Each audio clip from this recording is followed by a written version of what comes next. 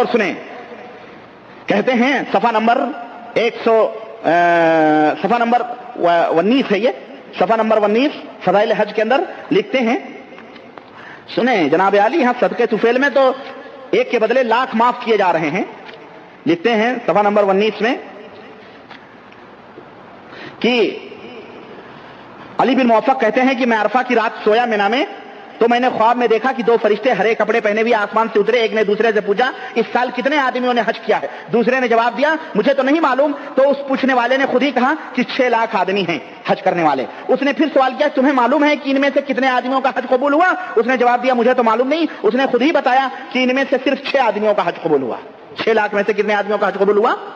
6 آدمیوں کا حج قبول ہوا. یہ کہہ کر وہ دونوں آسمان کی طرف چلے گئے. یہ حضرت جنہوں نے خواب دیکھا یہ کہتے ہیں گھبرائے میری آنکھ کھلی. اس کے بعد میں پریشان رہا. چنانچہ میں عرفات سے واپسی پر مجمع کو دیکھ رہا تھا. یہ 6 لاکھ ان میں سے صرف 6 آدمی ہیں جن کا حج قبول ہوا، باقی سب بیکار ہیں. چنانچہ کہتے ہیں کہ میں پھر مزدلفہ میں آیا، میری آنکھ لگ گئی، مجھے وہی 2 فرشتے نظر آئے. تو اس کے بعد اس فرشتے نے کہا تمہیں معلوم ہے کہ اللہ نے اس میں کیا حکم فرمایا ہے؟ دوسرے نے کہا مجھے تو معلوم نہیں. اس نے کہا یہ فیصلہ ہوا ہے کہ ان 6 میں سے ہر ایک کے طفیل میں 1 لاکھ کا حج قبول کر لیا جائے. دیکھ رہے صدقے طفیل، یہ صدقے طفیل والی قوم. اللہ ہمیں صدقے طفیل میں یہ دے دے. حسنین کا صدقہ بھر دو جھولی میری یا محمد، در پہ آیا ہوں بن کے سوالی، کچھ نمازوں کا صدقہ آتا ہو در سے جاؤں گا لوٹ کے نہ خالی. یہ وہی قوم ہے، یہ صدقے طفیل بٹورنے والی، یہ بدعقیدگی نہ زمین میں سمانے والی نہ آسمان میں سمانے والی. اور سنیں بسم اللہ الرحمن الرحیم. آپ نے غیر مقلدین کے فضیلت الشیخ معراج ربانی صاحب کی زبانی مولانا زکریا رحمۃ اللہ علیہ پر اور فضائل اعمال پر اعتراض کو سنا. مولانا زکریا رحمۃ اللہ علیہ نے فضائل حج صفحہ نمبر 23 پر ایک واقعہ نقل کیا ہے اتحاف السادہ کے حوالے سے. ہم انشاءاللہ ان پر ہونے والے اعتراضات کا تفصیلاً جائزہ بھی لیں گے اور جو بھی اشکالات ہیں ان کا ہم جواب دیں گے. سب سے پہلے ہم کچھ حوالے اسلاف کے علماء اور اسلاف کے اسکالر کا پیش کریں گے تاکہ آپ لوگوں کو یہ بات سمجھ میں آ جائے کہ مولانا زکریا رحمۃ اللہ علیہ نے یہ واقعہ اپنی طرف سے نہیں لکھا. کیونکہ اس واقعے پر اعتراض کرتے ہوئے معراج ربانی صاحب یہ فرماتے ہیں یہ بدعقیدگی نہ زمین میں سمانے والی ہے نہ آسمان میں سمانے والی ہے. یعنی یہ ایسی بدعقیدگی ہے کہ نہ یہ آسمان میں سما سکتی ہے نہ زمین میں سما سکتی ہے. سب سے پہلے جس کتاب کے حوالے سے مولانا زکریا رحمۃ اللہ علیہ نے پیش کیا آئیے اس میں دیکھتے ہیں. پہلا حوالہ اتحاف السادہ مرتضی زبیدی رحمۃ اللہ علیہ جلد نمبر 4 صفحہ نمبر 276 پر یہی علی ابن موفق رحمۃ اللہ علیہ کا واقعہ بیان کیا ہے. دوسرا حوالہ سلف کے اسکالر جن کا نام ہے ابو طالب مکی رحمۃ اللہ علیہ، وفات 386 ہجری میں ہوئی ہے. ابو طالب مکی رحمۃ اللہ علیہ جن کی کتاب ہے قوت القلوب جلد نمبر 2 صفحہ نمبر 200 پر یہ واقعہ انہوں نے نقل کیا ہے. آئیے تیسرا حوالہ اعانۃ الطالبین علامہ دمیاطی رحمۃ اللہ علیہ، وفات 1302 ہجری جلد نمبر 2 صفحہ نمبر 326. چوتھا حوالہ مثیر الغرام ابن جوزی رحمۃ اللہ علیہ، بہت مشہور اسکالر ہیں، وفات 597 ہجری جلد نمبر 2 صفحہ نمبر 112 پر یہ واقعہ نقل کیا. پانچواں حوالہ تاریخ خمیس حسین بن محمد بن حسن دیار بکری رحمۃ اللہ علیہ، وفات 966 ہجری جلد نمبر 2 صفحہ نمبر 151 پر یہ واقعہ نقل کیا. چھٹا حوالہ اسرار حج امام غزالی رحمۃ اللہ علیہ، وفات 505 ہجری صفحہ نمبر 28 پر اس واقعے کو نقل کیا. ساتواں حوالہ بحر عمیق ابن ضیاء مکی رحمۃ اللہ علیہ، وفات 854 ہجری صفحہ نمبر 1546 پر اس واقعے کو نقل کیا. آٹھواں حوالہ التشویق الی بیت عتیق محب الدین طبری رحمۃ اللہ علیہ، وفات 695 ہجری صفحہ نمبر 38 پر اس واقعے کو نقل کیا. نواں حوالہ لطائف المعارف ابن رجب رحمۃ اللہ علیہ، وفات 795 ہجری جلد نمبر 1 صفحہ نمبر 66 پر اس واقعے کو نقل کیا. دسواں حوالہ اثارت الترغیب والتشویق محمد بن اسحاق خوارزمی رحمۃ اللہ علیہ، وفات 827 ہجری صفحہ نمبر 88 پر اس واقعے کو نقل کیا ہے. 11واں حوالہ احیاء العلوم، وفات 505 ہجری صفحہ نمبر 315 پر اس واقعے کو نقل کیا ہے. 12واں حوالہ محرک سواکن غرام مرعی ابن یوسف رحمۃ اللہ علیہ،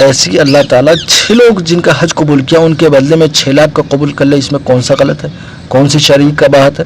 یہ تو اللہ کی رحمت کا معاملہ ہے، اور اللہ تعالیٰ کی رحمت تو اتنی وسیع ہے، ایک بہانے ڈھونڈتی ہے کس طرح اللہ تعالیٰ جو ہے، کیونکہ اللہ تعالیٰ کو اپنے بندوں سے بہت زیادہ محبت ہے، اللہ تعالیٰ تو بہانہ ڈھونڈتا ہے مغفرت کرنے کے لیے، اپنی رحمت کو یعنی ان لوگوں پر پھیلانے کے لیے اللہ تعالیٰ تو بہانہ ڈھونڈتا ہے۔ لیکن معراج ابانی صاحب کو پتہ نہیں کیا پریشانی ہے۔ باقی وہ تو یہ جو واقعہ جب آپ پڑھیں گے، عرفہ کی رات کا واقعہ ہے۔ عرفہ کی رات میں انہوں نے خواب میں دیکھا ہے کہ 6 کے بدلے میں 6 لاکھ لوگوں کا حج قبول کر لیا۔ یہ عرفہ کی رات کی اہمیت کیا ہے؟ مسلم شریف ہے، حدیث نمبر 1348، جلد نمبر 2، صفحہ نمبر 982 پر رسول اللہ صلی اللہ علیہ وسلم فرمائے، اللہ عرفہ کا دن سے زیادہ کسی دن اپنے بندوں کو دوزخ سے آزاد نہیں کرتا۔ یعنی اللہ تعالیٰ عرفہ کے دن بہت زیادہ لوگوں کو جو ہے دوزخ سے، جہنم سے آزاد کرتا ہے، اتنا کسی دن نہیں کرتا۔ تعجب کی بات جب یہ قبولیت کا دن ہے، اور اللہ تعالیٰ جو ہے جو لوگ جو ہے عذاب کے مستحق ہیں، اللہ تعالیٰ ان کو جو معاف فرما دیتا ہے۔ یہاں تو حج کی قبولیت کی بات ہے، 6 لوگوں کے بدلے میں اللہ 6 لاکھ لوگوں کا حج قبول کر لے، اس میں کون سی شریک کا بات ہے کہ آپ اتنی بڑی سخت بات کر رہے ہیں کہ یہ جو ہے ایسی بدعقیدگی ہے، نہ زمین میں سمانے والی نہ آسمان میں سمانے والی۔ آپ زمین آسمان کی بات کر رہے ہیں، یہ تو اسلاف کی کتابوں میں سمائی ہوئی ہے، آپ ذرا ان پر بھی تو اعتراض کر کے دیکھیں۔ اب آپ کو پتہ چل گیا ہوگا جب یہ عرفہ کا دن ہے اور رحمت و کرم کا اللہ تعالیٰ جو ہے معاملہ کر رہا ہے، تو 6 لوگوں کے بدلے میں 6 لاکھ لوگوں کا حج قبول کر لے، اس میں کون سی بڑی بات؟ تو معراج ابانی صاحب آپ نے زبردستی اعتراض کیا ہے اور اس کو بدعقیدگی بنایا، ورنہ یہ جب وسیلے کی بات آتی ہے تو یہ کہتے ہیں کہ بھئی ہم وفات کا وسیلہ نہیں مانتے، حیات کا مانتے۔ اچھا، یہاں پر مسئلہ یہ ہے کہ وفات کی بات ہی نہیں ہے، 6 لوگ جو زندہ ہیں ان کے بدلے میں، ان کے طفیل میں، ٹھیک ہے، ان کے طفیل میں اللہ نے 6 لاکھ لوگوں کا حج قبول کر لیا۔ لیکن یہاں پر فضائل اعمال کے بغض اور دشمنی، نفرت اور عداوت میں یہ اتنا آگے بڑھ گئے ہیں کہ انہوں نے اس کو بدعقیدگی کہا، اور ایسی سخت بات کہی کہ نہ زمین میں سمانے والی نہ آسمان میں سمانے والی۔ جیسا کہ میں کہہ چکا ہوں کہ یہ زمین آسمان کی بات نہیں، اسلاف کی کتابوں میں سمائی ہوئی ہے، اور ہم اتنا جانتے ہیں اسلاف کے اسکالر، اسلاف کے علماء معراج ابانی صاحب سے زیادہ دین کی سمجھ بوجھ رکھنے والے تھے۔ اگر ایسی بدعقیدگی تھی کہ نہ زمین آسمان میں سمانے والی تھی تو اسلاف اپنی کتابوں میں اس کو بیان نہ کرتے۔ ہم اتنا جانتے ہیں کہ آپ نے جو اعتراض کیا ہے اور اتنا سخت جو لہجے میں اعتراض کیا ہے، اس کی سب سے بڑی وجہ یہ ہے کہ آپ کو فضائل اعمال مولانا زکریا رحمۃ اللہ علیہ سے اور علماء دیوبند سے بغض اور نفرت اور عداوت ہے۔ جب آدمی بغض اور نفرت عداوت رکھتا ہے، اسی طرح کے ڈھکوسلے اور اسی طرح کے بے وقوفانہ اعتراض کرتا ہے۔